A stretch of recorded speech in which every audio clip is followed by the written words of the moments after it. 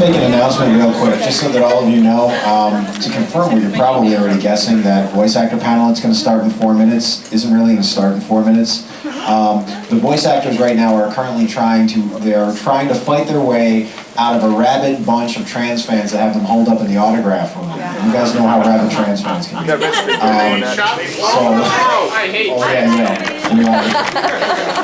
Next year we're gonna you're all gonna have to show your health papers before you even get to register. So there will be no more rabid fans. But what we're anticipating right now is about a half an hour, just so that you know.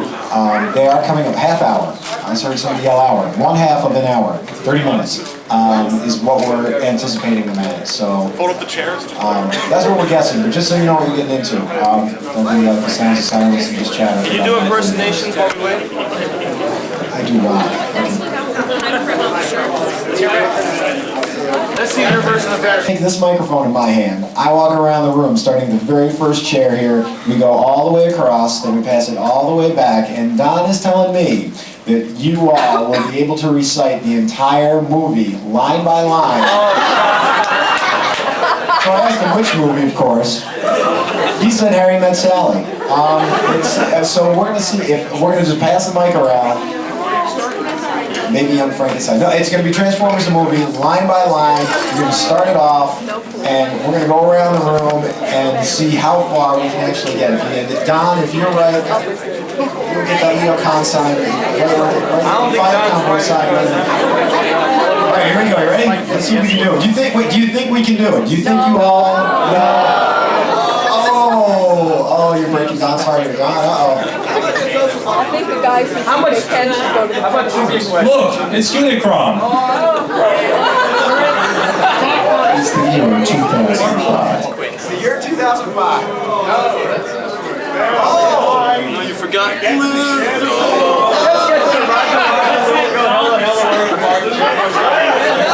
Does everybody, okay, what if we start from the year is 2020, what is this, 25? Okay, but what if we just start right there? For somebody like me, I've never seen the movie, so isn't that enough exposition? We gotta start with the exposition. It's a joke, alright, come on.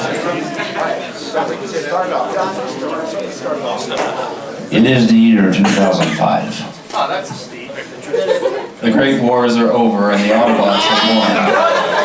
No. Other way around. You wish. Okay, start again. You gotta start again. Four score and It's the year 2005. nobody knows it after that. We need alcohol if we're going to do this properly. It's a Transformer drinking game. We haven't gotten to it. Do you know that? Alright, I won, Don, sorry, game's over.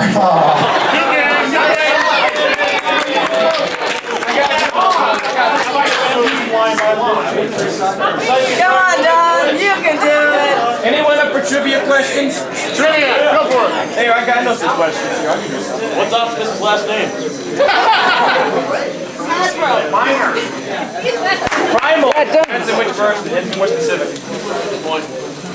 Here's one for you.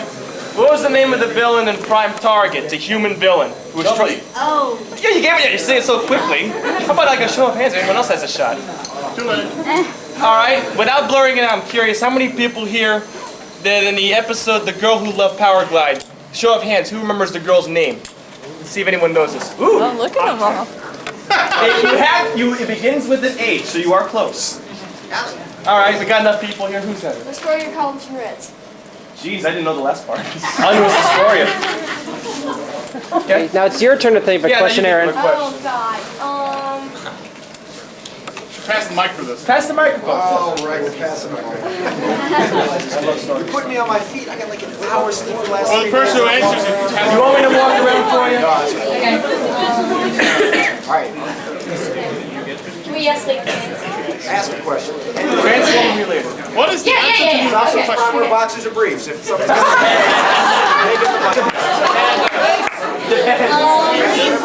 Depends. Who's the founder of Femme Unite? Say again? Who is the founder of Femme Unite? It's a fan club. Up. Ooh. You don't hear us asking about the ILS board. No, Canyon doesn't count. Anyone? Alright, I have another question for you. Someone? Way too much time. Alright. Pickles. there were 2 episodes that featured, and I'm going back to G1 again, there's 2 episodes that featured tracks, I think it's a good question since we got tracks, who featured a kid. Name the kid and name both episodes that that kid appeared in. Right here. Well, you know everything. Alright. Alright, oh, you know a good question. I have a follow-up after this one if you get this, okay? Go ahead. Okay. The kid's name was Raul. It was Autobot and Make Tracks. Yep. Autobot and Make Tracks, good. Here's the follow-up question, I give this to you. In Autobot, he had 2 other kid friends. What were their names? They don't one. What? The other little more annoying kid. Right here. Yeah? Poplock and Rocksteady. Wow.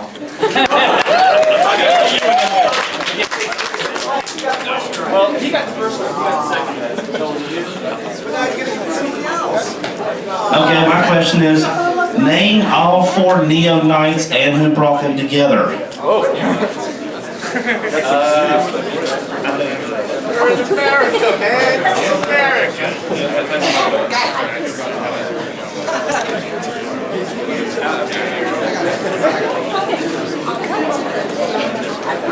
Circuit Breaker, Thunder Punch, Raptor, and Dynamo. And Rapture.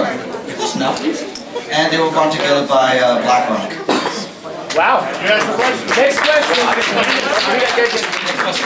No, we got it before.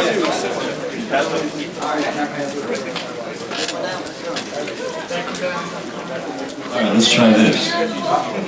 What was the last line of dialogue in the G1 cartoon? Oh, come on. The G1 cartoon. The entire G1 series, the final line of dialogue. We will see.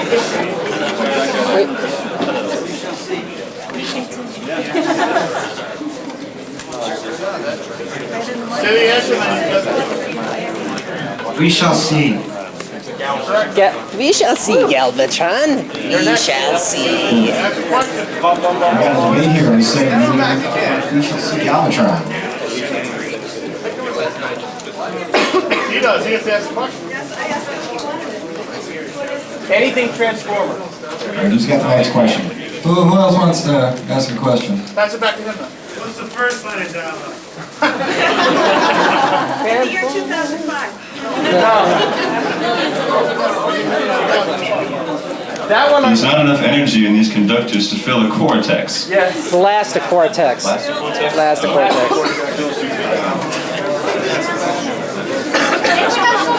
Oh, you want me to ask a question? Anybody over here have a question? Because I don't. Well, I can come with something other than G1. I can answer this question. Okay. Oh, this person gives you voices. Next.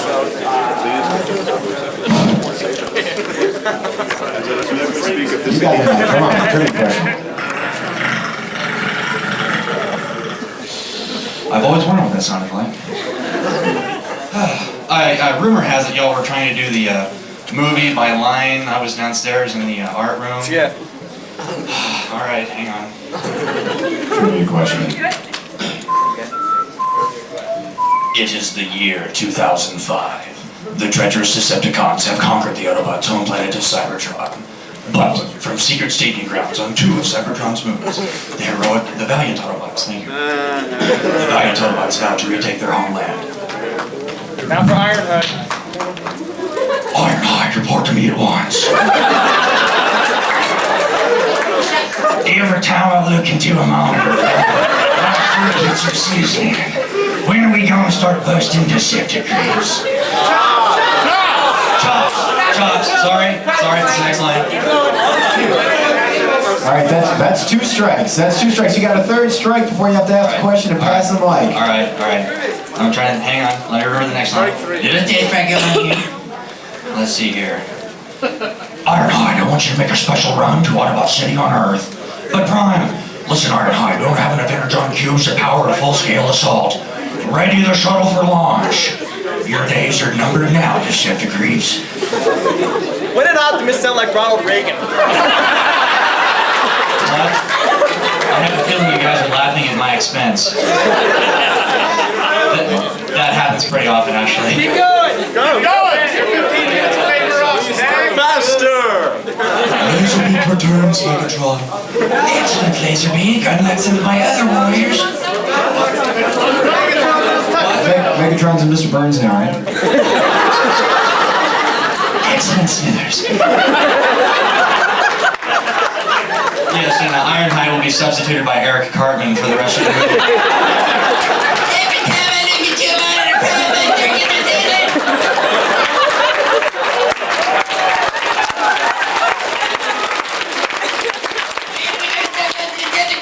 Jobs.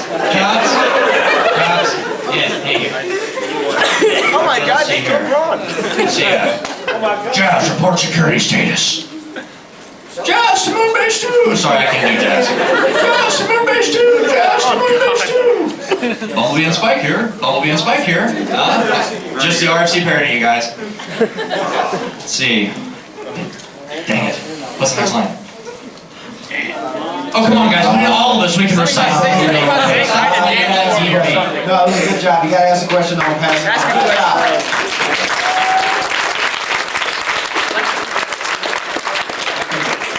I can recite all the Generation 1 Transformers to the tune of the Mexican hat dance. Do you guys want to hear it? Yeah! Alright. The Generation 1 Transformers on the G1 cartoon to the tune of the Mexican hat dance. Bumblebee, Ironhide, Cliffjumper, Power Glide, Windcharger, Ratchet, and Jazz. Blue Chicken, Super Beast Forward, Super Sticker, and Hits in it, or in Spray and Inside Shadow. There's one in there, there's Ratchet, and Scoochie, and Optimus. There's a Megatron, Starship, and Shadow, and Dodge, and Super and Bombshell. These are each other, and kick back and roll. The Third Packer, and Such Shrapnel.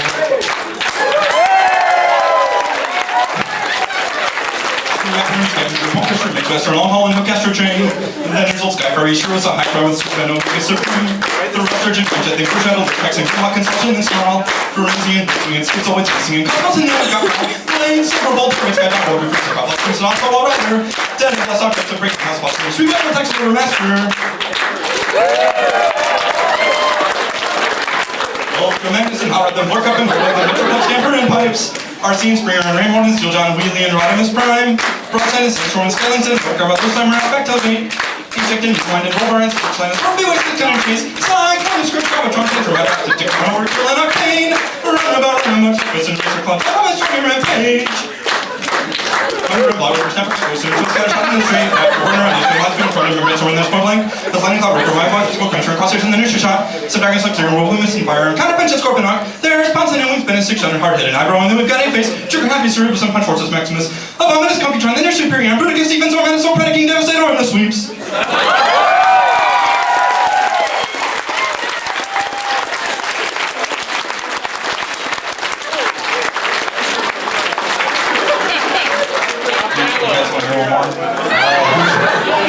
This is a brand new thing that I wrote just before I came on. This is a song about an Autobot hero. It's a song about being happy. No.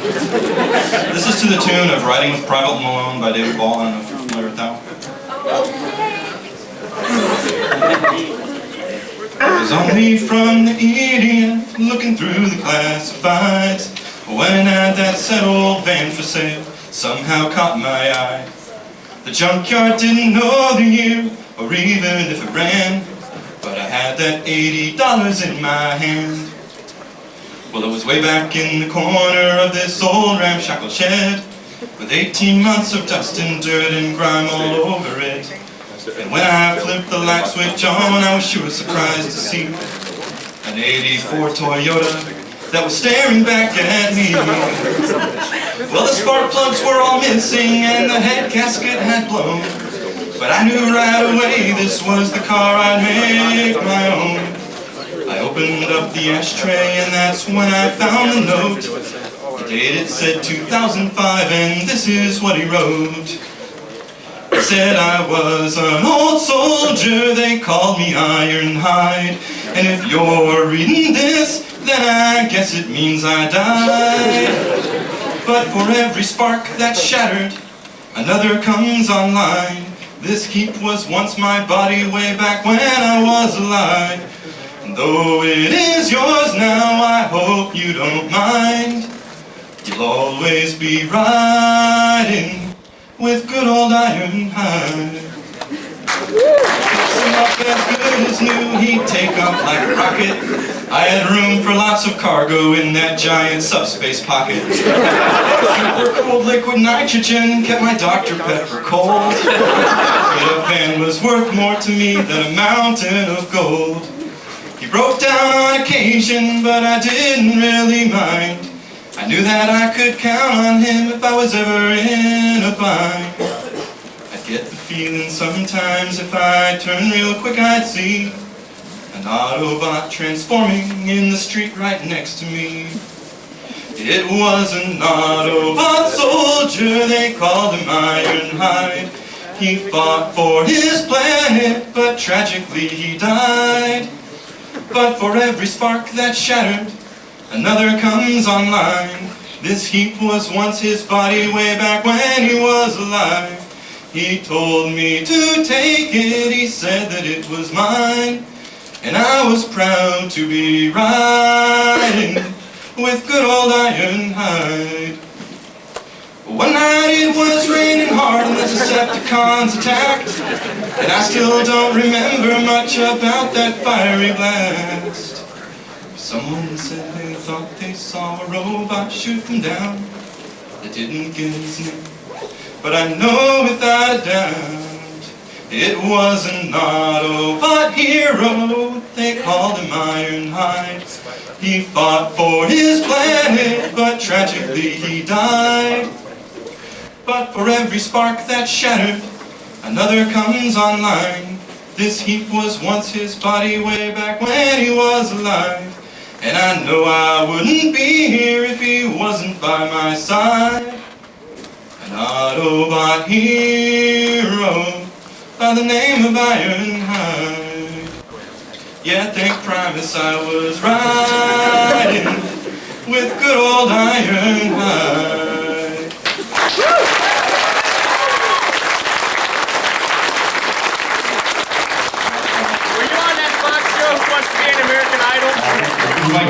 Step up next. That'll do Ratchet. Who's a brave soul? Come on.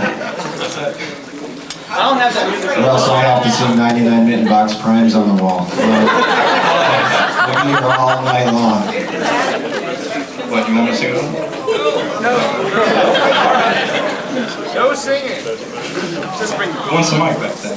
I got one more. Come on. We were asking trivia questions. Well, someone take a mic. Everybody's dead now. Come on. Where's your pep? Where's your party, trans fans? Come on.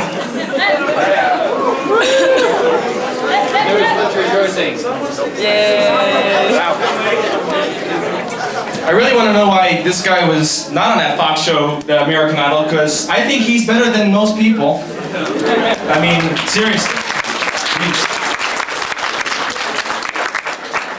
Alright. We were doing trivia questions earlier. So far we've done a lot of G1. Let me see if I can think of a nice Beast Wars question for you. Alright, here's a question. The very first episode of Beast Wars. Which was the first, either Maximal or Predacon, which was the first one who transformed? Okay, how about you? What's his name? Remember what he looks like? No, I don't remember who it was. Okay, so that's Maximal. If I'm not mistaken, it wasn't Maximal. It's which one? Oh, how about you? I feel like Monty Hall. Cheetor. Oh, Cheetor, yes. Very good. Remember the second one? Waspinator. All right. How about the third one?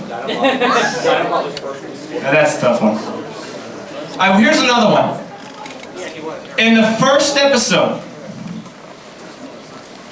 actually, yes, Cheetor was the first one in that fight sequence, but technically there was one other one.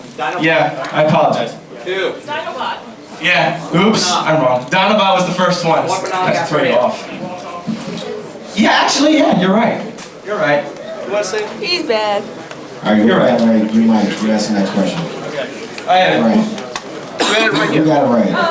Over here. Basically, he didn't get it wrong. I got it wrong for assuming that he was right. That's all. But it was Dinobot who was first. So, who said? You said that. You have any questions? I'm thinking. Let's all start humming the Tomb of Jeopardy. Okay,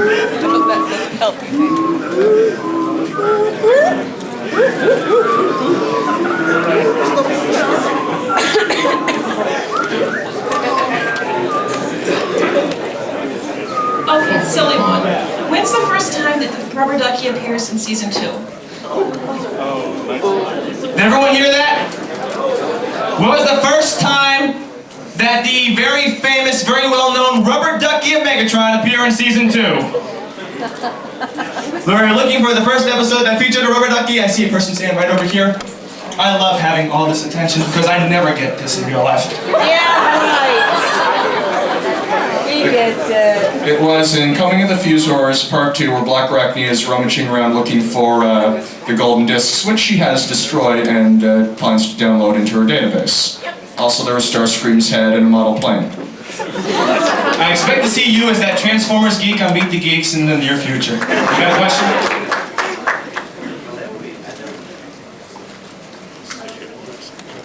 Alrighty, here's, let's see, what,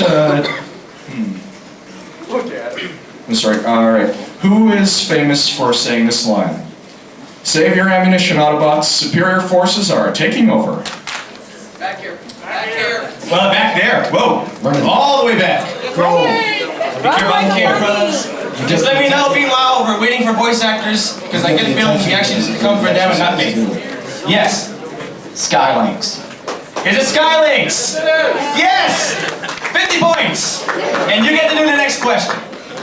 Can we ask any continuity? Any. Japanese? Let's do the Americana. You guys suck. Now, we gotta be nice with the mics, go away. The opinions of this person do not reflect those of the general populace. Any room at the end? Any room at the end? Okay. Chairs, open chairs. When any voice actors show up, let me know. Oh, yeah, we're not gonna let you. As soon as they show up, I'll come around, run back and grab the mic out of your hand. Don't worry about that one. Please, no, thank you. Well, let me take your question. I doubt it.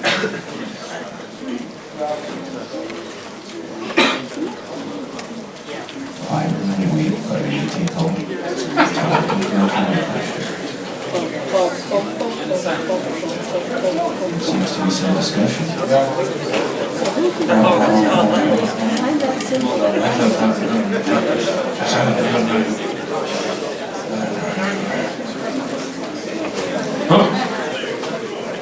All right, in the episode War Dawn, we see Transformers in their Cybertronian modes, Autobots. Who's the only Autobot to transform? In case anyone thinks the answer is Optimus, he says no, so keep this in mind. Well, I got so many hands, but you're closest to me, so I'm doing you. Dion or Dion, however you want to say his name. It is Dion! Very good. It means your turn for a question.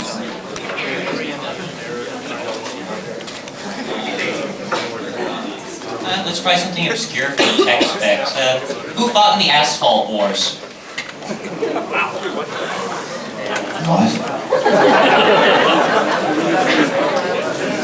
Alright, the Asphalt Wars. Can you give us a hint?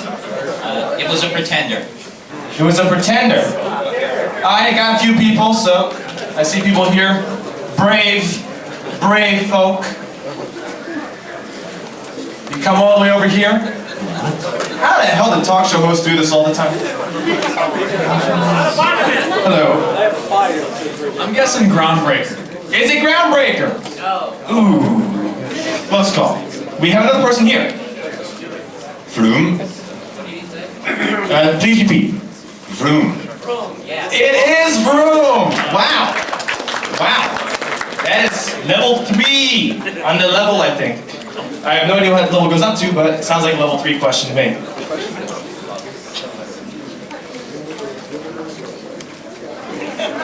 So something really obscure? What the heck is an asphalt war? What happened with the asphalt wars? I heard about the Great War. I mean, they're on Cybertron, aren't they? What kind of blacktop do they have there? It's an endangered habitat that you're going to hear all the time. If you need a question, I'm willing to supply one for you. Oh, how about this? What was the name of G.I. Joe Flint's daughter who appeared in the Transformers? She appeared in the Transformers. She appeared in one season 3 episode. Flint's daughter's name. Okay, I saw a person right here. Hold on a second. Whew. Actually, she was in more than one. She was in quite a few. It's Marissa Fairborn. Yeah. Alright, here's another question on a similar topic. Name 2 other G.I. Joe, very, well, not necessarily very blatant, but references in Transformers. One should be obvious. Well, I'll get to you. I am looking on the other side. Hector Ramirez. Okay, there's one I wasn't thinking of. Alright, well, we have an answer, Hector Ramirez. Go ahead. How about something less obscure? Well, actually, I was going to go with a UK issue question. Name one British celebrity who has appeared in the Transformers comic.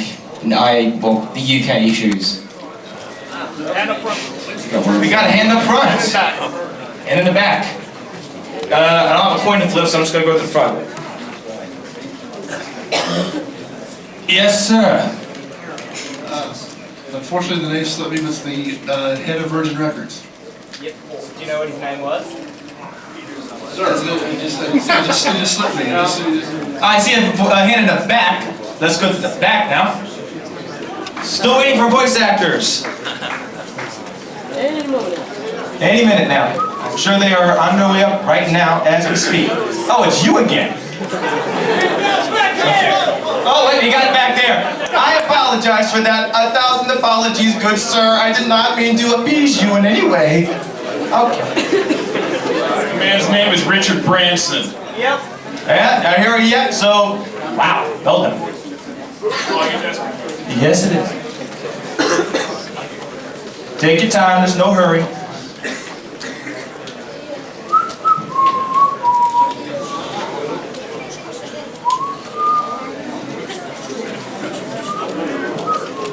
Okay, who likes jam?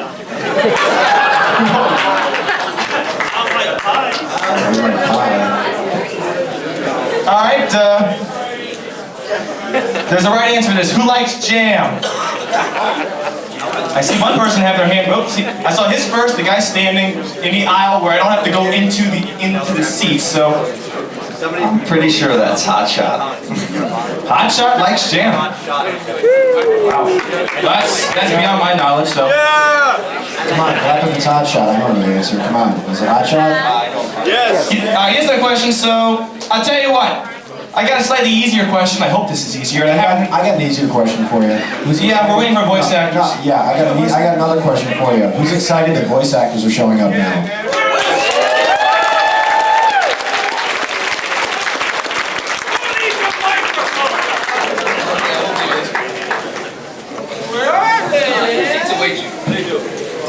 Guys, we are so sorry to be late. There are so many of you in the room and such love.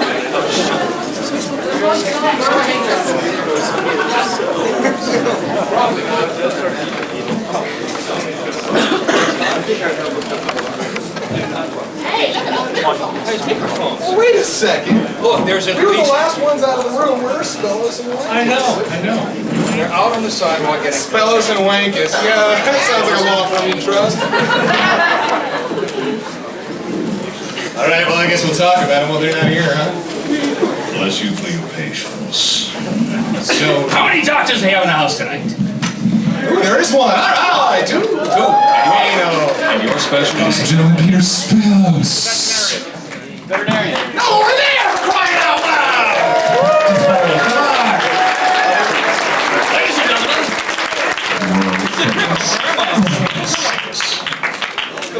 Welcome. How are you? Hello. Yes, sir. And yes, you too can go to a barbershop in downtown Fort Wayne and get the Wankus. And we got a working microphone for Mr. Gautier, please. is this thing on? Can't trust the thing they say. Yeah. Is there any vodka in this? All right. So do we have a moderator for this thing, or we just go to town? How does it work? All right. We're in town. Well, just don't talk. So then, are we going to talk about the old one or the new one? Let's see hands for the new one. Okay, well, the four of us will leave then. Actually, three. Can you all move together, please? To the center of the room. Very much. Okay. Very good. We're on. Wait, the guy in the back. Let's forget. Let's just all do a wave and go home. Dick, this is not Los Angeles. They don't do waves here. I'm sorry. It's just they got class. Okay, so what? The topic is G1? Is that it? Really? Here, question from the floor. Okay, well, let me get this straight. How many actors were in both G1 and Robot? One. And which one was that? That one! Michael McConnohie, ladies and gentlemen.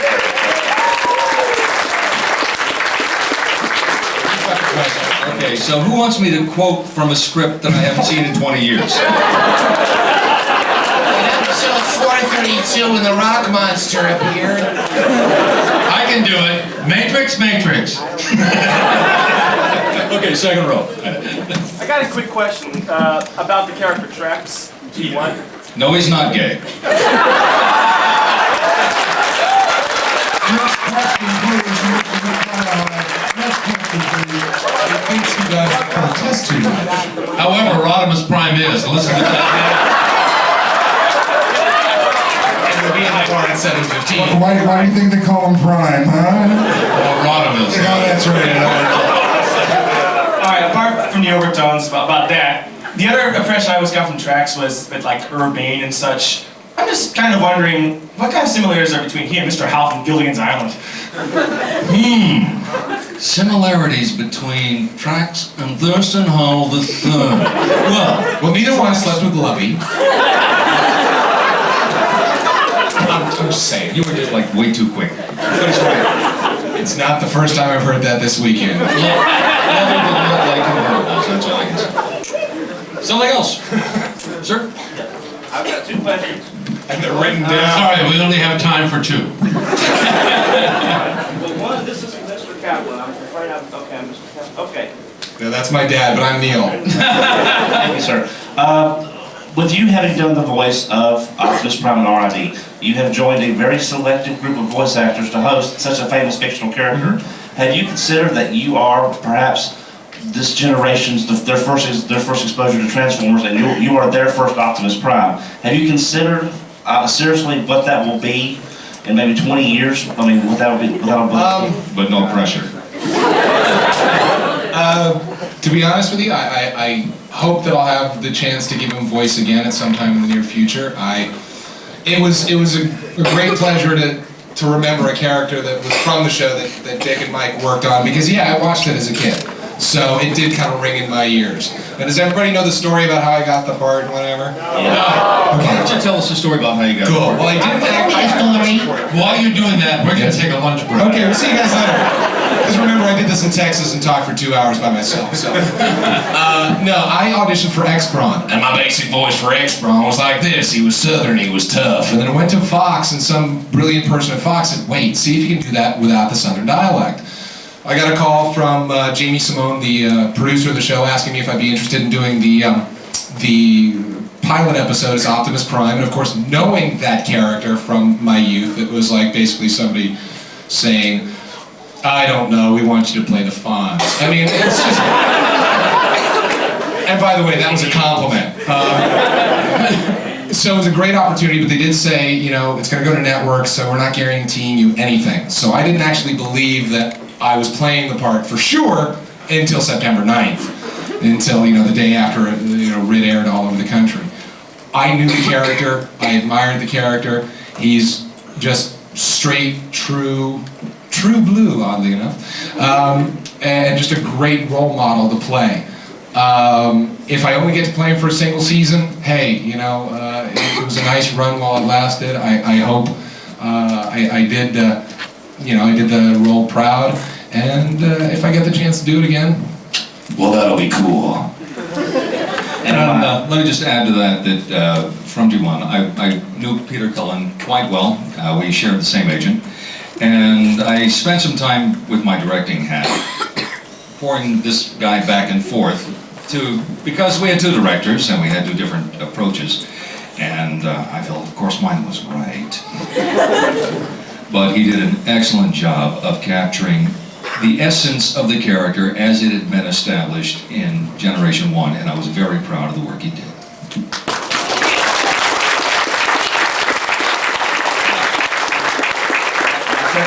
This is something purely just for me, as no one else may like it, but can you pick your favorite Optimus Prime line that you may recall doing? But could you do it as Hawkmon? Okay, well, here's the thing. Because of what we do, you know, we're in the booth, the picture's already there, we're reading off a script, so memorizing or remembering stuff really doesn't happen. The two things that I will tell you is I went from Digimon, which I know freaked a lot of you out. I read the message boards, I know what the posts were. Oh no, they're destroying Optimus Prime, they're using that freak Hawkmon. And no, they didn't use the word freak. I guess somebody was afraid, you know, it was gonna be like, Autobots! Rule out! I wasn't gonna be anything like that, but I'll tell you, the first episode was really hard not to go like, Optimus Prime, Digivolve 2! And that doesn't work either. So for the 3 or 4 people who mentioned it this weekend, I kind of wrote out, you know, Hulkmon, Digivolve 2, Optimus Prime! So hopefully that answered your question. Who's got the magic microphone? Hey, I got a question for Peter Spellos. Right here. Based on some of your earlier career decisions, I'm Bring it on, baby. How do I get started in softcore? Those were a legend. A legend. I would say head up to Mr. Spellos' room at 8:15. First of all, I got really lucky when I first moved to LA. Let me rephrase that. Wait a minute. Wait, that's not what I meant. Sunday nights, 8 o'clock NBC. Sunday nights, 8 o'clock NBC. We'll talk about that later. I got to meet and audition for Roger Corman. I don't know if you know who he is. He's the king of the B movies. Okay, my first film I auditioned for and got was Sorority House Massacre 2. Okay? And from there, I wound up doing 25 films in 6 years for Roger Corman, Jim Wynorski, and Fred Olen Ray. Some terrific people, and I've done 3 movies with the word bikini in the title. Okay, you can see me on pay-per-view many nights. I'm the one not naked getting the laughs. Okay, that's we all do works. And you know what? I made some great friends on those. And you just audition for everything, and I got a bunch of skeletons in my closet, and I'm really proud of them.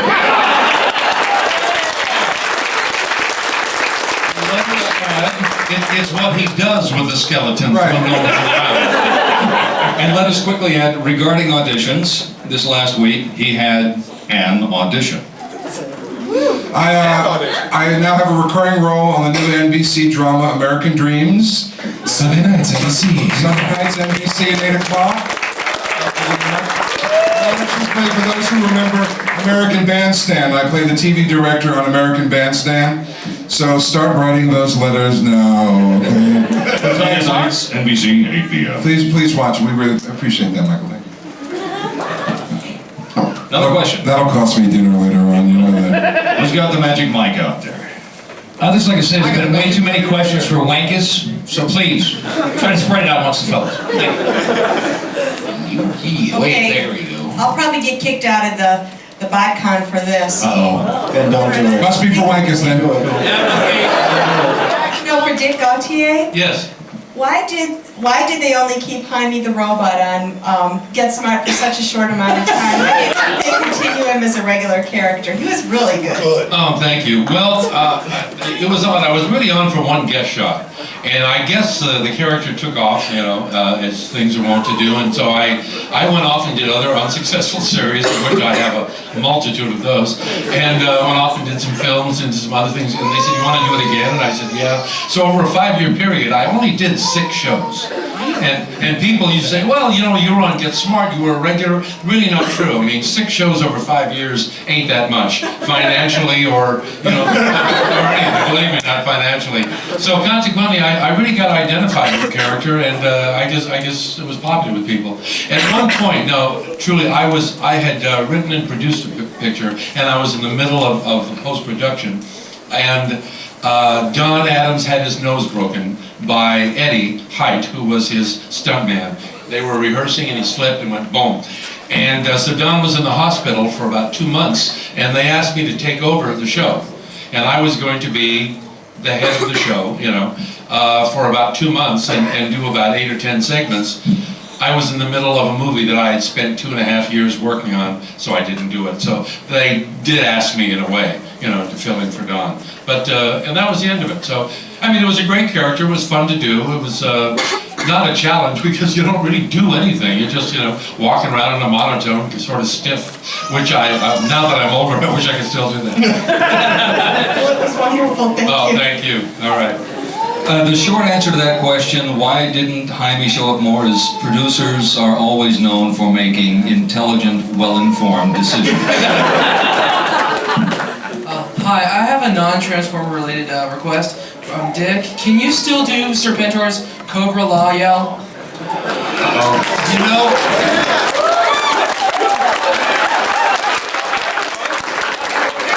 I don't remember the Cobra yell, but the thing I remember that was a cliche, and I must have said this 1,000 times, was, watch out, "This I command!" And I found that works wonderfully well with certain women that are into S&M. You know, and I say, put on those boots, get out that whip, "This I command!" I assume all the minors here are with adults. He's gonna get kicked out of BotCon, not you. We got a hand over there. Well, he's got the mic, so. Well, it's gonna work. Man with mic, speak. Yes, for the past few years, or at least the ones I've gone to, every year someone always asks the voice actors to do this. So could you do your characters at the drive-thru of McDonald's? I'd like the fish sandwich, please. No, pick that hamburger. Mine. Well, let's see. They don't exactly have a fly-through, so Ro-tor wouldn't work. Well, what would Optimus get? Probably just a Happy Meal, whatever's easy. But Neil, it'd have to be prime beef. Well, if tracks were going through and making an order, the order would be, will you please take that change bin away? I scratched my fender again!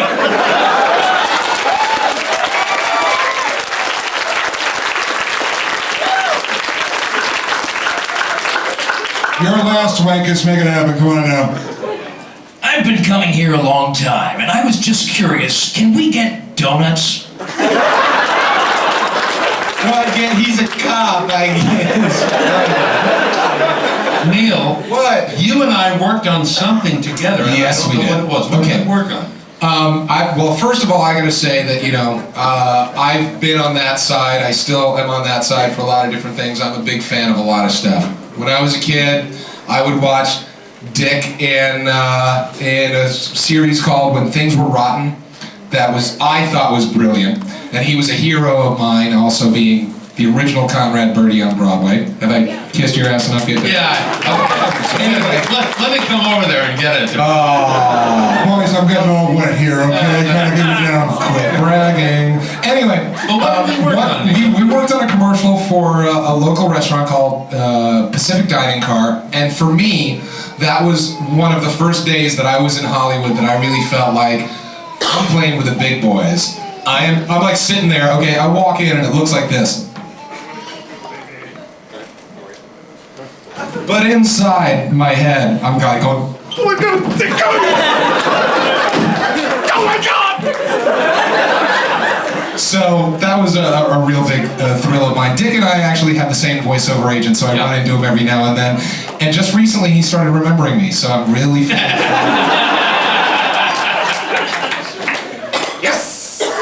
Man with a microphone. Hi, I met some of you guys last night, Wankus. No, don't bring up last night. Don't worry, we have tapes. And I really enjoyed Robots in Disguise. It was very lighthearted. It was fun. and it wasn't something you could really take seriously. It was something that you just watched because you enjoyed it and because it was hilarious.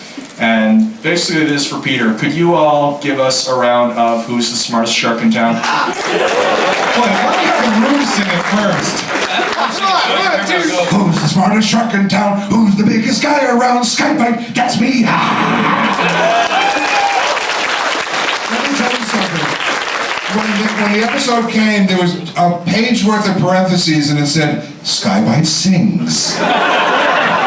And Steve Kramer, the director, and I looked at each other and went, okay? And I wrote a little song in like 10 minutes to The Lady's a Tramp that basically was, this robot is a shark, and he said, you know, we can't do that, it's copyright infringement. So I said, turn on the mic. And I just started singing, and that's what came out. And we were crying in the booth. I had no idea I'd have a singing career here at BotCon. But on the very final episode, it just happened that Sky-Byte got the last shot of the episode, and we both looked at each other and went, reprise. We're gonna have to sing this again. So that's what we did. And it just came out of inspired lunacy, and that was one of the... And are you ASCAP? I mean, do you get credit for it? Not a dime, Dick. But that's how it was born. We had a great time. And it was very appropriate. Thank you, thank you. We were allowed a lot of freedom, both with Steve and Mike as directors, and when scripts would come in and we weren't sure, they would both go, make this funny, please. Do whatever you can. Make this funny. And we had a great time working together. Yeah. So we're dying here, Peter. Make it work. Yeah, exactly. No, I gotta say something really quick. Now, all of you know that this was done in Japan first and brought over and redubbed. A, it's harder work to do, and B, it's not as much fun. When you do standard animation, you get everybody usually in the room to work together. And I gotta tell you, if I was in the room with these guys and everybody else who was on that show, we'd probably be working on episode 6 right now. You guys I work alone in the booth. It's us, the engineer, and the director, and we would bump into each other at the end of sessions, but we never worked together. You're working, whoever recorded first, everybody kind of worked around that. Oh, yeah, we're all isolated? I didn't know. Oh, yeah, we're all isolated. But by the time, That's a hard way to work. we did it in the ward. This made the love scenes very difficult. But one of the things that I also wanted to mention was, sometimes they'd be changing a reel and getting ready for a new episode, and you'd just be sitting in there and kind of wasting your time, and you'd start kind of messing around and do a little something. Put the moose away. Apparently Michael wasn't a real Put the moose away. There is no moose in Robots in Disguise. Put the moose away. That was usually how he does it. I can't speak for anyone else, but I don't mind making love by myself. And he's gotten very good at it. Wankus, you gotta talk to me about that for There's a gentleman with a mic there. Microphone back there. Alright, this is for Peter Spellos. I wanted to know, where exactly are you in Men in Black 2? I'm in the opening action scene of the movie. I play Captain Larry Bridgewater of the New York City Transit Authority. And I'm the conductor on the train when Big Jeff the Worm is eating the train, and Will comes on and he takes over the train. So it's the first scene of the movie. And please go see it. Thank you very much. So basically at that point you can walk out. Alright, I've seen Peter. And that I also auditioned for that role, and I believe they chose wisely. And who did the giant worm? Jeff? Frank Welker. Jeff. You mean the voice of the worm? Yeah. I have no clue. Probably Frank. Yeah, probably Frank. Yeah. Wait, it's either an inanimate object or an animal? It's Frank. You guys know who Frank Welker is? He's really one of the most incredibly talented, I think everyone here will agree, gifted, funny, nice guys He's not around. I mean, he's the kind of guy that you go, he's so successful and so rich, but he's so nice that I can't even hate him for it. Really, he's a cool guy. We'll get to another question in a minute, but there was were you in the room the time, Dick, when it was, you were good. There was some sort of studio problem. The equipment wasn't working, so we have like 8 actors sitting in the room doing the things actors do when they have nothing to do. Eat. And in Frank Welker's case, he was making a phone call. This was before cell phones. He's sitting in the corner on the stool. We hear a receiver picked up. We hear a dime drop, and then he starts dialing.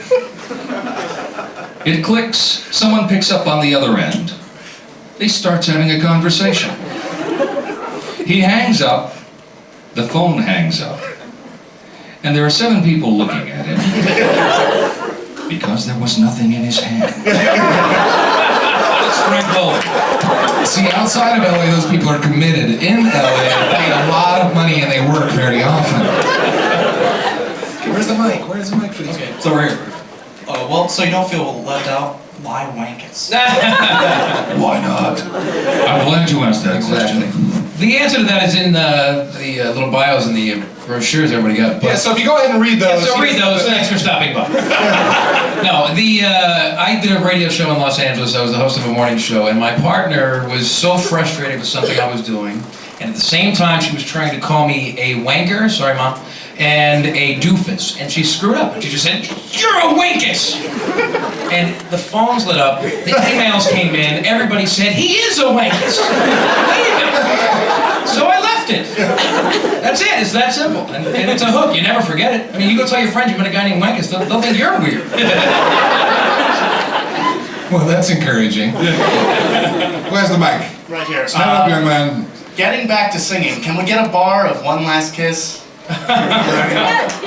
Of One Last Kiss. That I don't remember, but I do. See, what's the beginning? You gotta be sincere.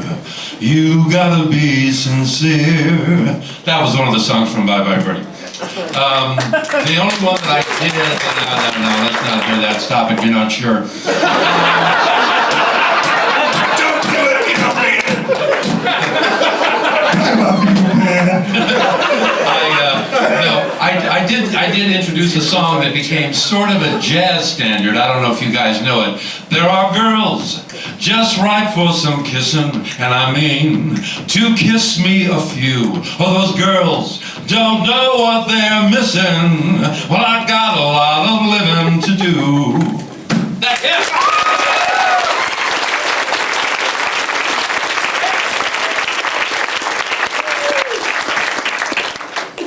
Yes, I just want to say two more things. Dick, I got to the point where I preferred your voice to Judd Nelson's from the movie. Well, me too. I just want to say, even though I think the character of Rodimus Prime was getting a lot better, it should have kept on going. Look, can I ask you something? Are you trying to talk about me, make fun of me, or anything? No, sir. All right, you sure? Because I don't cotton to that. I mean, I do not like people that mock me. I do not mock a legend like yourself. Okay, all right. No, I have to tell you honestly, I did not see the movie. I did not know what Judd Nelson sounded like, and I explained to someone in line, it's really not a good idea to hear it or be influenced. I come in sort of virgin, if you will, green, you know, and uninfluenced. And so if the director wants to lead me in the direction of what Judd Nelson in fact did, that's his business. But I'm not going to come in to do an impression, you know, because I can't do Judd Nelson anyway. He has no character. No, anyway. Joe, kick a giggle, laugh. He's here, you know. And this is for Michael. I know you don't remember a lot about as far as specifics, and most of you, from other Genuine One actors, you did a lot of the stuff alone.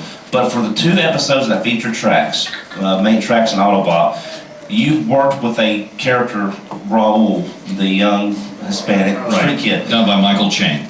Okay. Did you and he actually work together on the banter? Because the banter was just so back and forth funny on some of the scenes. It just seemed too... There were a couple of places where we extemporized a little bit on the script, but mostly that was... I mean, in the original, the G1 stuff, we got to work together, which I had a room full of actors doing what actors do in a room. But the scripts were usually very, very good, thanks in large part to the efforts of people like Bob Forward. And the direction of Wally Burr, who, although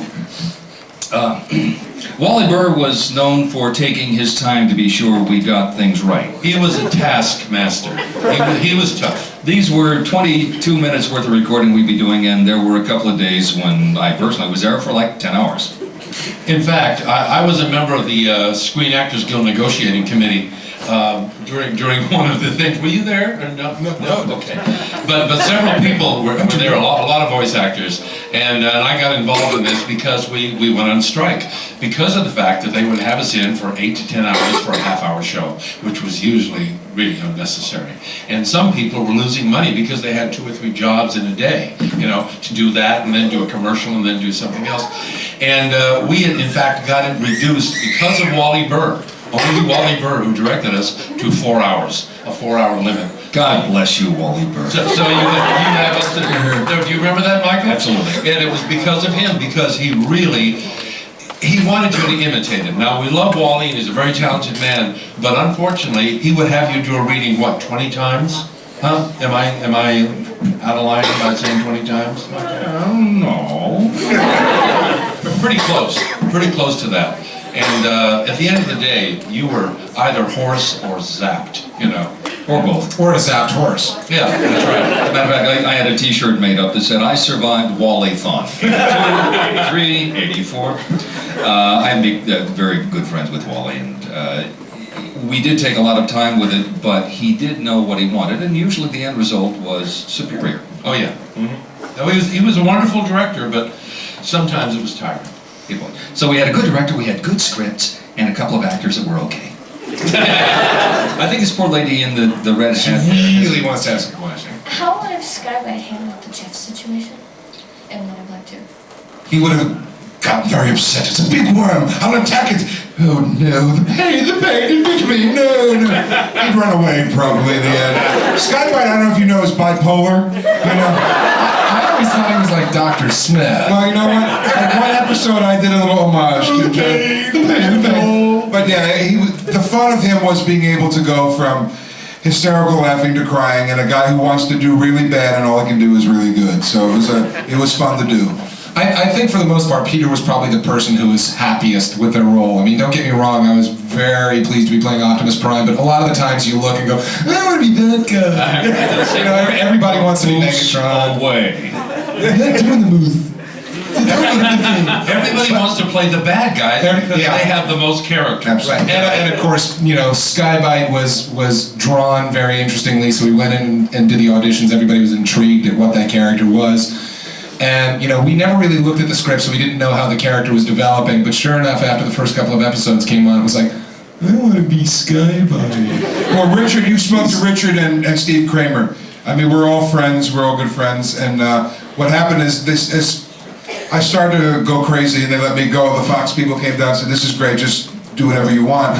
So they started to write stuff that was much more insane for Sky-Byte. So it was kind of a mix of my creation and they're going, okay, just take it to where it goes, and that's what we did. We just let him go berserk. Now, following that same theory, is that why I got written out in the end? I had nothing to do with that, don't worry. Well, here's the thing. Bitter. Here's the thing that the real challenge that the writers like Michael really had. You got to realize they were handed something that was already done. They couldn't adjust anything. They couldn't sit there and go, you know, what we really need to do in the third act is we really need to address the situation that's been, you know. They couldn't do that. They got something, so they've got to write appropriately to the storyline which they've basically been given. Are you saying that there's what they call a Bible? In other words, it's all sort of pre-written? Well, no. I'm talking about I'm talking about the fact that these were already animated. The 22 minutes was already done. Actually, there was in fact no Bible. The Bible grew as the show grew. We had no story editors, so normally there's someone who will be looking at the overall curve of what things are supposed to be, how the characters are supposed to change. The overall arc and during the series. The sort of thing that guys like Bob Forward. Right. So we didn't have that. But you see, that's what I'm trying to say, is the work that they did was amazing. They took something and not only wrote an entire story arc, but they actually wrote lines that fit into mouth flaps, that worked into relationships, that created scenes that worked together. I mean, you think what we did? Thank you. Folks, it's only $1.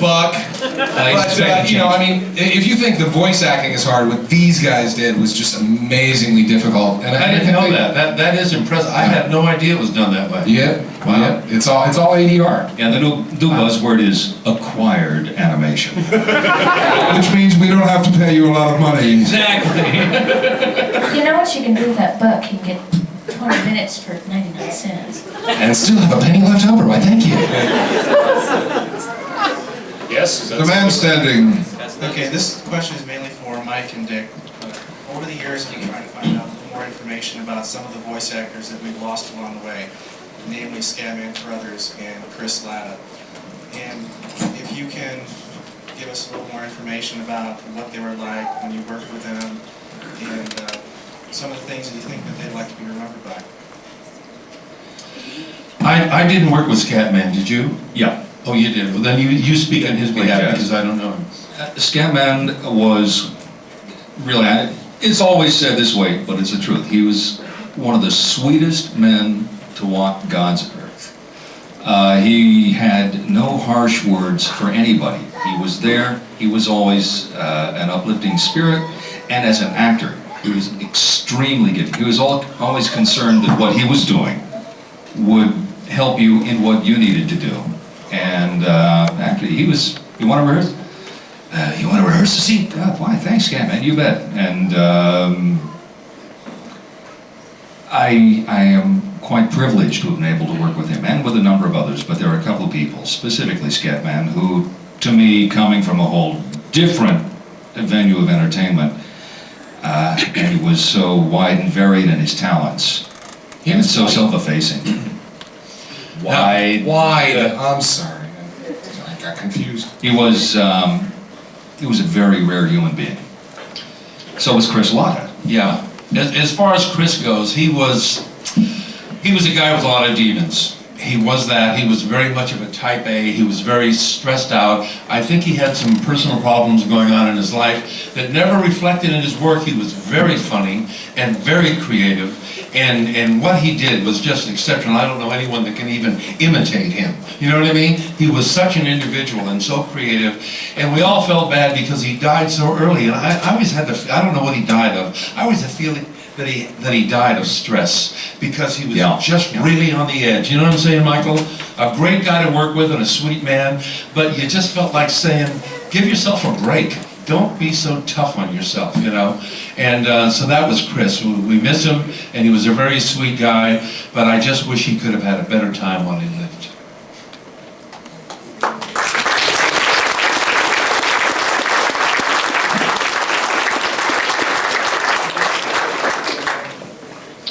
Well, that sort of killed the room, didn't it? Poor choice of words there. Just went over the line. Quick, somebody say it quick. Got a hand in the second row. Right here. I think she has the mic right there. Well, don't talk. We can hear you. Somebody. Two things. Dick and Mike, if you were to given the opportunity to work with like Frank Welker and Peter Cullen again on like a Generation 1 series, would you guys do it? And Peter Spellos, could you do a haiku for us for Sky-Byte? Okay, to give him at least 10 seconds to prepare. In a New York second, absolutely. Absolutely. I don't know. I haven't. I quit the business about 6-7 years ago to write, and so I have not performed in a long time. So as you can see, he's certainly lost every semblance of talent.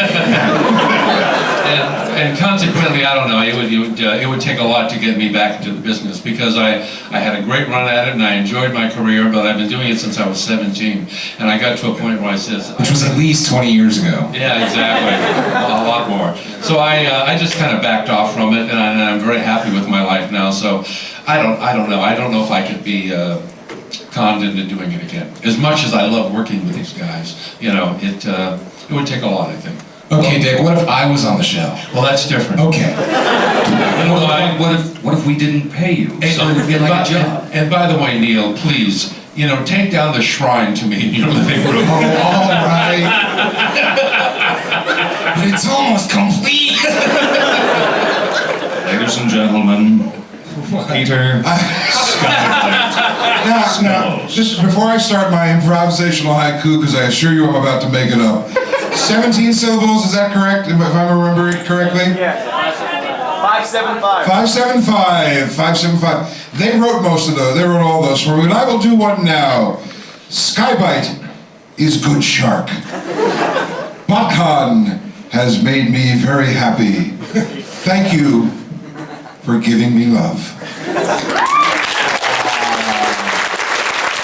last one was 6. Yeah, I was like completely wrong, but... Bite me! That's true. Wasn't there a haiku somebody did one time, some comic, and it said, I like to write haiku because it has a great philosophic kick. Somebody got the mic, or are we going by hands? Me again. Wait, you know what? Nice guy and everything, but let's get some of these new people. Who's new? Hasn't asked a question. Just stand up. Matt from Long Island. New people. Hey, guy, I remember that because we went to this. If worst comes to worst, you can come up and ask personally. Right? Am I right? Was it Matt? Yeah. There you go. Yes. Thanks. This is actually a question from Wankus. Thanks, sir.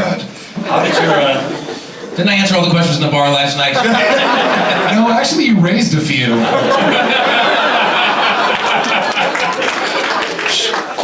actually, I wanted to know how did your radio listeners deal with you going into children's voiceover animation? Did they tease you, or were they? Actually, at that time, when I got the Transformers thing, I was just doing music at the time and random radio voiceovers for morning shows across the country. So I wasn't doing any active work on a radio station at the time for listeners to even be aware of it.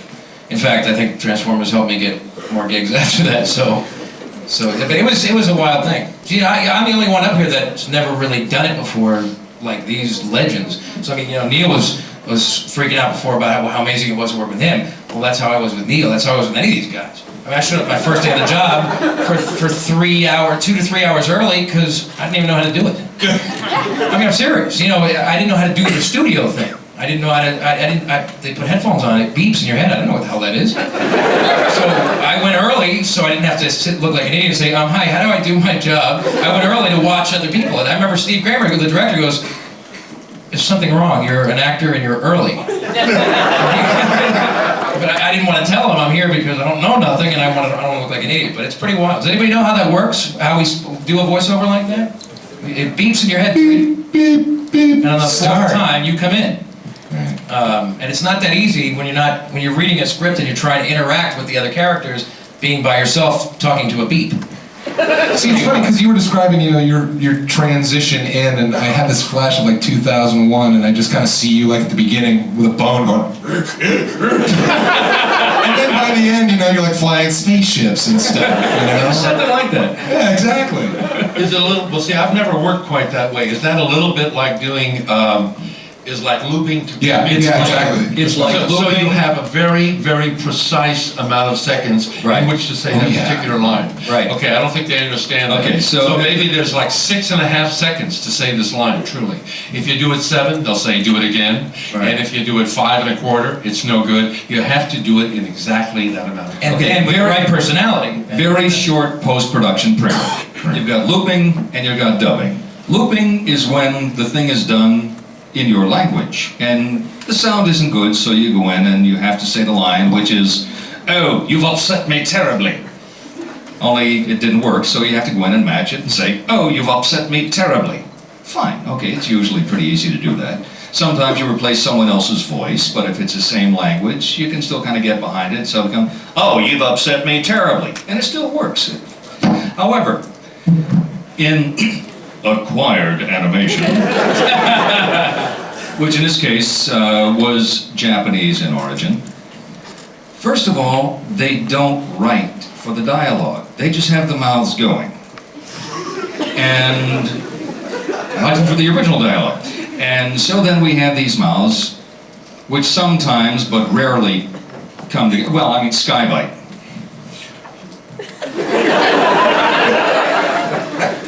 And he'd have lines which are 20 seconds long, lines of script like that, and he's supposed to make it all match and make sense and have some personality.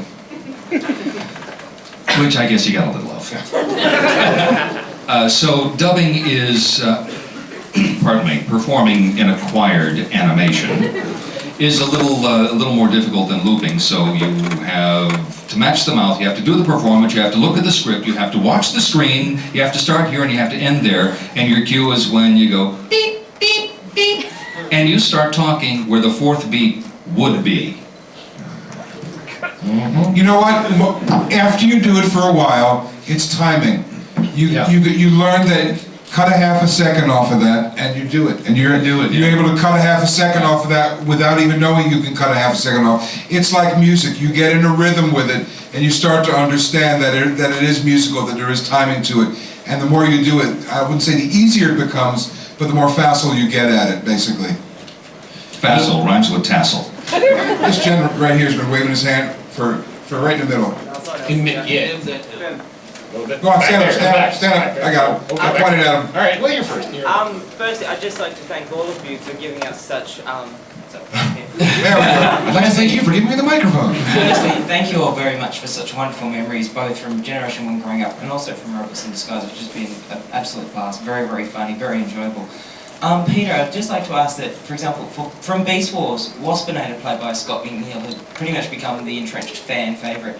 How do you do you think that Sky-Byte has pretty much fulfilled that role from Rodimus in Disguise? He's the one character that everyone will probably come out remembering. You know what?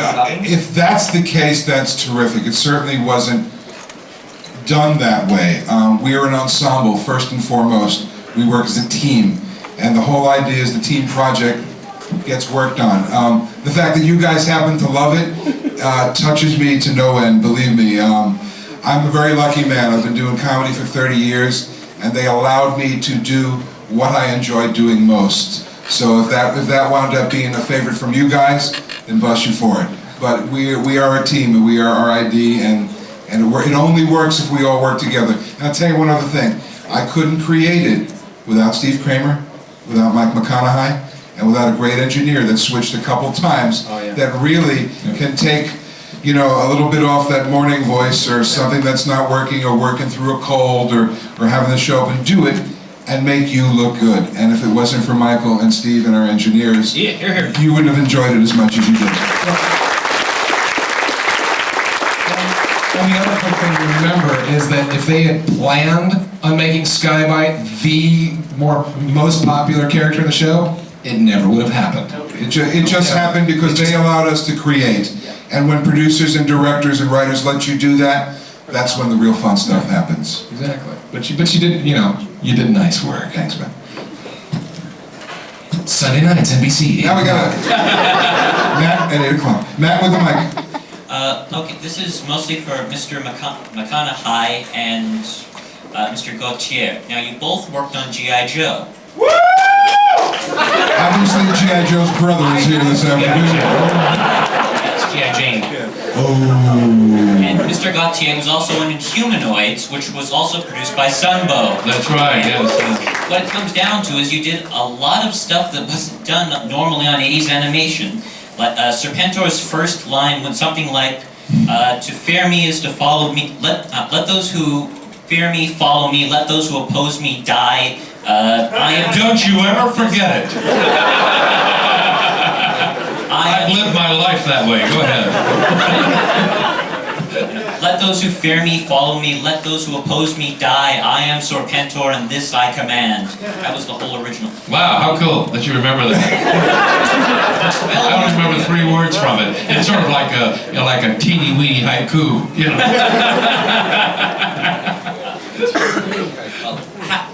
I guess what you could... Throw him off. I'm sorry. We threw you off track. We're sorry. Yeah, okay. Well, you were groundbreakers. How does that feel? Well, I don't know. I didn't feel like we were groundbreakers. I had just really gotten into the animation business then. I'd really been an actor and a performer most of my life, and what happened was, I have a friend, I don't know if you know who Dave Madden is. He's Reuben Kincaid from the Partridge Family. Anyway, and he's a good friend of mine, and he was Mr. Voiceover in LA. He did commercials like for everybody. He's got a terrific voice, and he's a good actor. And he said, why don't you get into animation, or why don't you do voices? And I said, I don't know, because I was a nightclub comic to begin with, like most of these people started as comics, and I could do all these funny voices and stuff. And I said, well, why? And he said, no, you can make a good living, you know, extra money. And so I said, all right. So I made a tape, and within 3 months, I was doing a couple of shows, and a couple of series rather, and it just kind of happened easily for me. And I just happened to get in with some of these guys. At the time, they liked butch voices, they liked big masculine kind of guys, so we were doing all this kind of stuff.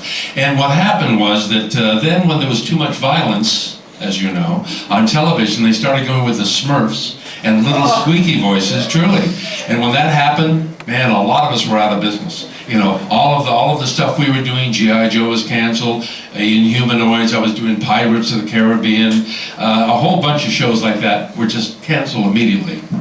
So I just kind of walked into it kind of accidentally, so that's why I don't feel like I was a groundbreaker. But you do make a good point.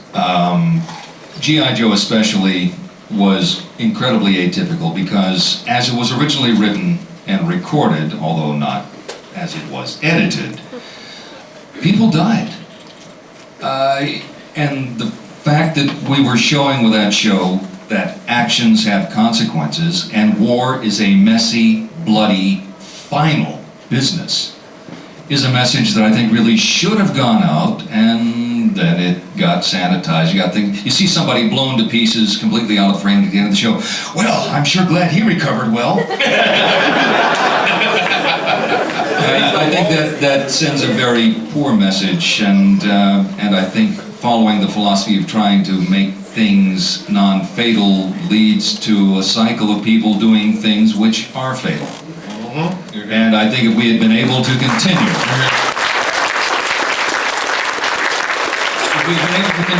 with some of the lessons which were part of the story, which are things of loyalty and courage, and there are things which are worth fighting for, as witnessed lately.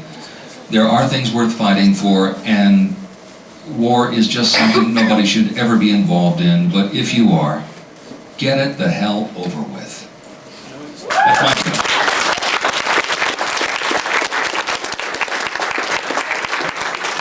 Now, Peter, on healthcare. I could use some. Hi guys, thanks for coming. Sure. This question's from Mike. Did Trax and Cosmos start out as impressions of Jim Backus and Peter Lorre, or was that just a coincidence? Let me think. Yes. I just want to point something out for those of you who haven't noticed out there. Let's just go over the names from the beginning. We have Dick, we have Wankus, we have Peter, and then we have me and Mike. By the way, let me say something about impressions that I discovered.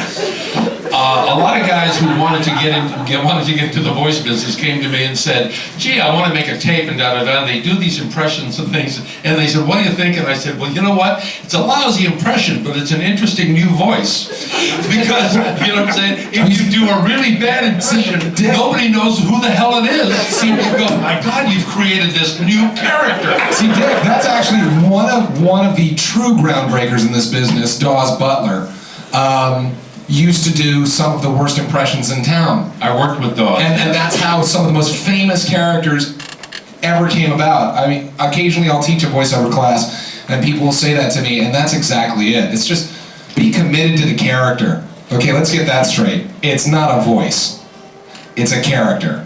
If you're doing a voice, you're cutting it off right here. And trust me, there are times when you've got to reach down to the bottom of the soles of your feet and pull it all the way up from there. It's a character. It's not a voice. You know, and these guys do some really, really great character work. They really do. You know, so again, on the bad impression thing, work on those bad impressions, they'll make you money! Did you guys know Dawes Butler? Anybody work with him? No, I did not. I had the pleasure of working with him. You know who he was, Captain Crunch, voice of Captain Crunch and all that. Oh, he was just, talk about a sweet dear man. It was just great. I was so lucky. I walked into a studio and the guy said, "Can you do a big liquid kind of a monster voice?" And I went, kind of a thing like that. And he said, "Okay, you're the Sogmaster."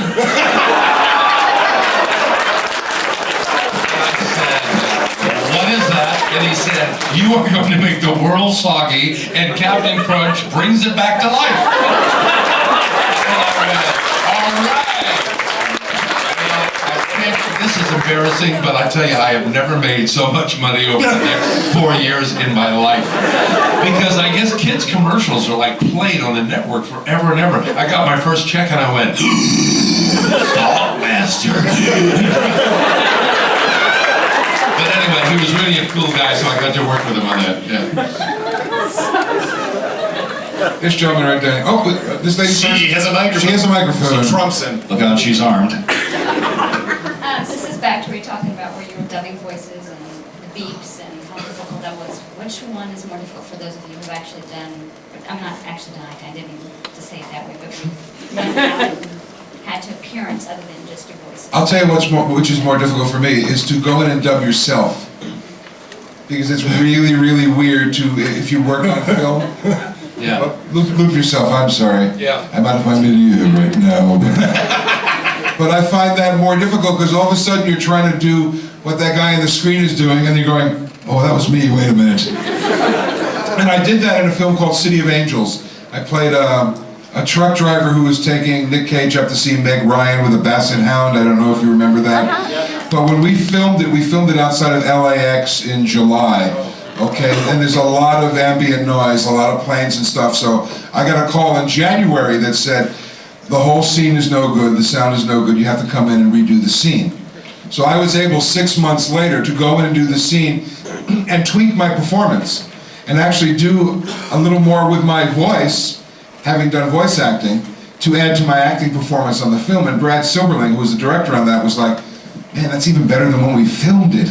I mean, so it's very bizarre to go in and do stuff like that. But I actually think it's harder to do the dubbing we do than sitting in a studio as a family. It's almost like we're doing readers' theater. And when they animate to us, it's much easier because we're literally acting off each other. The energy in the room is palpable. It's fun. We're all in there having a great time.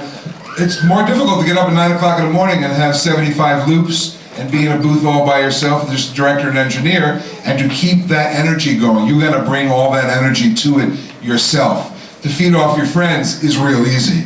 But the harder stuff is to go in there and keep that energy flowing for 3 hours when you're doing the stuff over and over again. At least it is for me. See, along those lines, when you're doing, standard animation with the group cast, there's a continual flow, and you usually are able to keep your character fairly consistent, etc., and the relationships are just a lot more solid.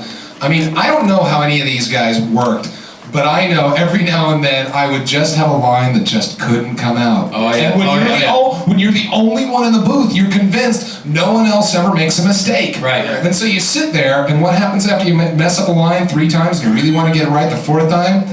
You ain't gonna get it right the 4th time. You're just gonna keep doing it and stuttering over the same You darn would thing. not believe the collection of cuss words. Let me tell you. Engineer keeps for blackmail purposes in his retirement. If you ever heard the outtakes from RID, we'd all be having this conversation in prison right now. That's one of the things that we make sure the engineers stay employed, because if they ever do need money.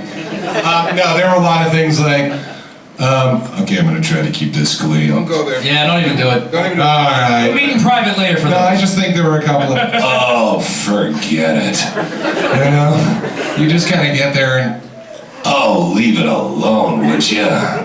And there was other times too that are somewhat plain. Notice the Autobots a lot of times were very close together, arm in arm, like always like this. And so a lot of times we would just say something as simple as, "Could you get your hand off my butt?" You're just having fun, exactly. And after a few, you get through a dozen loops, and you just want to break it up, and it's like beep, beep, beep. Oh my goodness, my pants are tight. And it's just basically about trying to get the engineer and Mike or Steve to just go. If you can make them laugh, okay. If they sit there, not so good. Peter, you reminded me of a looping story. Somebody who came through lines said to me, how could I get the segment of Wonder Woman that I did, where I played Count Cagliostro, who was a magician. And I remember that Bruce Lansbury, who's Angela Lansbury's brother, called me at home and said, I want you to do the show. I wasn't too hot on doing Wonder Woman. I don't know, I didn't want to do it. I'd like to do Wonder Woman.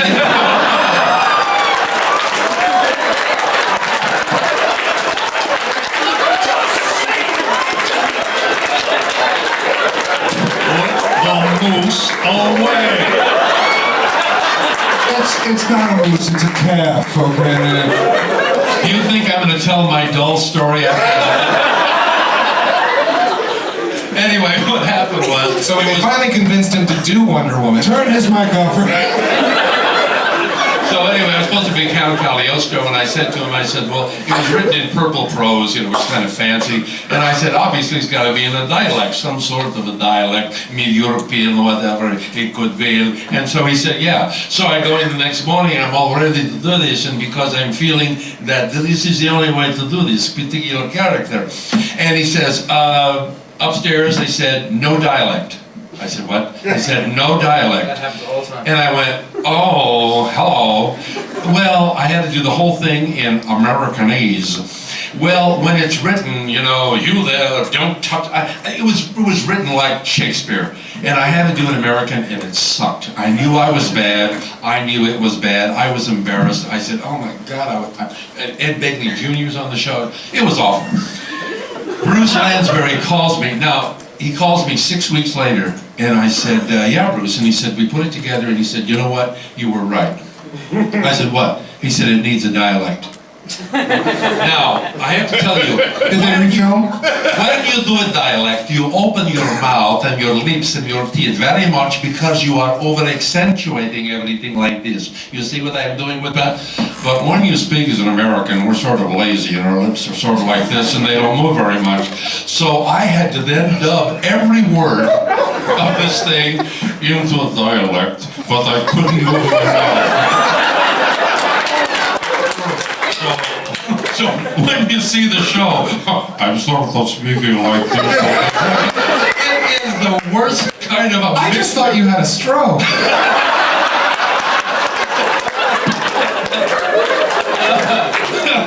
Oh man, is that a loser. Does anybody in the backside of the house have any questions? We haven't seen you. You're out there. There's a hand. Stand up, stand up, stand up. Stand up. Give that person a microphone. Microphone. You gotta stand up. Okay, get in the mic, and then we'll get this one right here. All right, thank you. Keeping the humor going, possibly, if you can, one or two of your voices, possibly do the what's up. At least in the moose book. You know what? I love when the crowd heckles each other. That's really my favorite part. I really like that.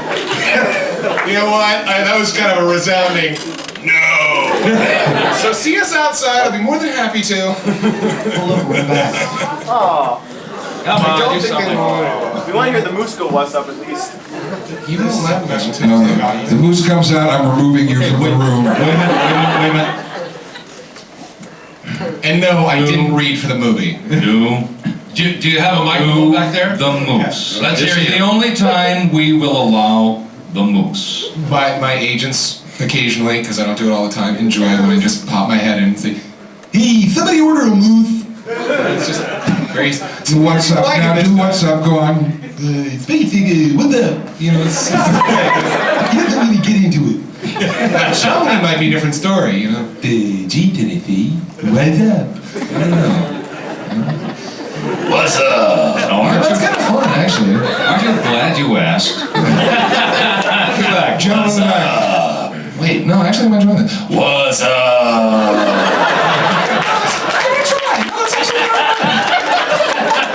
Don't make me get up again, will you? You know, I'm so glad I came because, you know, I knew Neil, but I honestly didn't know how versatile he was. And I'm hearing all kinds of voices because we only worked together once. Yep, just and the one. And you're really good. Well, thank you. No, he is, isn't he? That's good? I mean,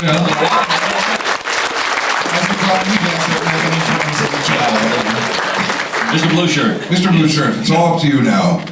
Would Mr. Gautier be able to do a line from Rebirth? First of all, it's Gautier, but what? Be able to do a line. From? Rebirth, from Transformers. Oh my God, Autobots are you make kidding? mistakes. Do you know that that was like, how many, hey Michael, how many years ago did we do that? 15? 16? Well, let's see. Silverbolt, also known as Rick Baca, who has a lovely site, Cybertron Chronicles. Front row here, ladies and gentlemen, he walked in from Norway. I would not question his veracity on anything factual regarding Transformers. So it was 15 years ago. I'm sorry, to reply to your question, you know, I don't remember. We stand there honestly and read scripts as they come up, and it was 15 years ago, so you'll excuse me if I've forgotten the lines. You forget 15 minutes ago, so. Yeah, exactly. If you want us to do lines, you have to provide a script and appropriate postage. Yeah. No, it's a little tough to dig back and remember that. Because remember, I mean, we're not memorizing this stuff. We're reading it off a sheet. It's not like, you know, when Peter's doing a movie, you know, or Dick's on Broadway, where they're memorizing all the dialogue, and maybe 15 years later, a line may stick. I mean, this stuff, I mean, we enjoy doing it. Don't get us wrong. It's not a matter of, well, it's just a job, and I've left it alone, and blah, blah, blah, blah, blah.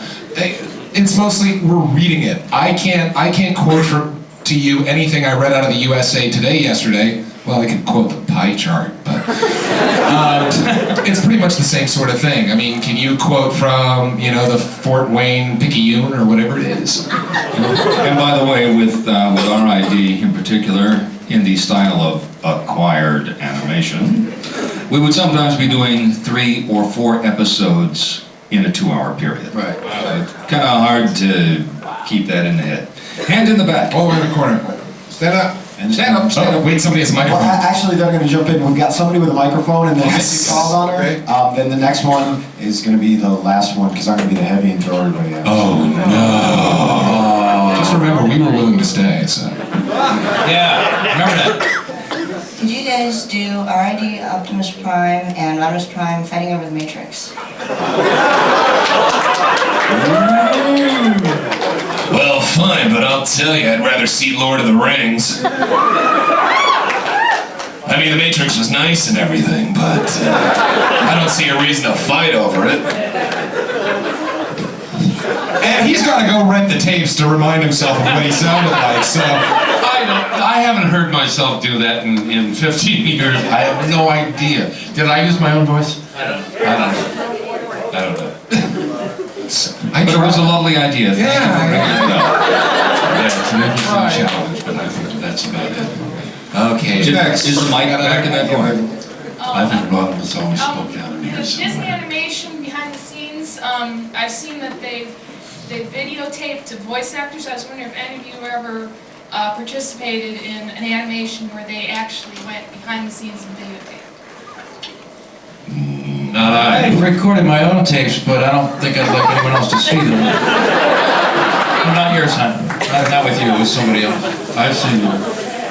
Well, a lot of times they'll do those behind-the-scenes things after something becomes really popular. Well, nowadays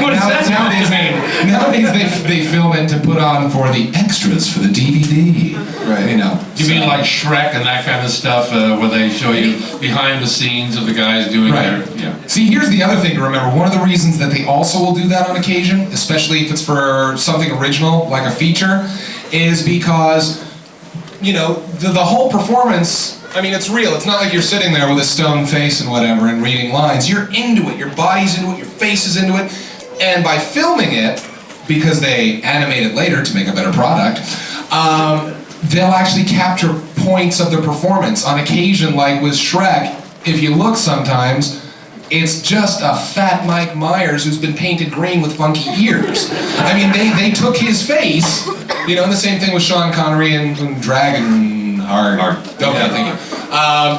And it's a very useful technique, which is a lot of times why they'll record stuff, is not only for the extras on the DVD, but also, you know, to help the animators really perfect the performance. Also, Neil, somebody said this to me many years ago when I first started doing voiceovers. They said, the interesting thing is that television is a visual medium, and yet it's your acting. And yet you're encouraged not to move very much and to be very still, because it gives you great power. If you say to someone, get out of here, it's very weak. But if you go to someone and you go, get out of here, there is menace, and there's stillness, and there's pride in that moment. But if you see a voice actor, he's so physical, get out of here! Because he has to do all of that to make it all come through his voice. But very few voice actors don't move a lot. We're always moving. I always get yelled at for moving too much. Yeah. Because I'm always hitting the mic stand or something. Oh yeah. Well, yeah, I mean, that's different, you know? It's like, how's my performance? You know, kind of ruins it. That'll happen sometimes. You'll be doing a really great line reading and getting into it, and then you'll hit the mic stand, and you got to redo the whole thing. So that does indeed happen. I don't. I've incorporated the into my character. There you go. Instead of go, oh, there he is with that gimmicky, but it works.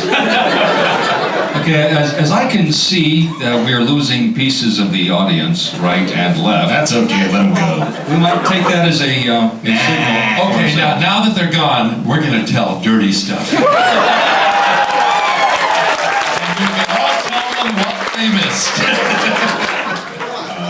Just plug these young men's ears, we'll go ahead and proceed. So I'm going to Turn it back over to the staff. What are we doing? It's up to you. Actually, well, no, quite despite your willingness to stay, which we're all thankful for, I'm still kicking everybody out. Can I say one last thing before we do? I mean, I thought it was my turn now. No, it is. Go ahead. It will be in a second. He's a cop. It far better. I'm sorry. All right, but one thing was shut up. No, I'm just kidding. No, what I was going to say was, I really want to personally thank all the fans for being as awesome as you are. Yeah, because first of all, this is again not my first thing entertainment. I've done a lot of musical stuff, a lot of big stuff for TV shows, things like that. But this is my first thing that's been entertaining. Exactly. But what I want to say is, as older fans from the original shows, which I was, not as hardcore as some of you, but I want you to imagine the feeling of a guy like me who's never done a series like this before, walking in, first of all, finding out you're Prowl, finding out you're one of the Transformers, then going in the first day and reading the script, and getting to the part, and hearing the beeps where you're about to say for the first time, Prowl, transform! You have no idea. Every time you watch that down in the video room or when it comes on again, I want you to know that I am doing the jump he did earlier in my head. Every time I read that, I am so excited. And I am so appreciative and excited to be a part of the team. Thank you so much.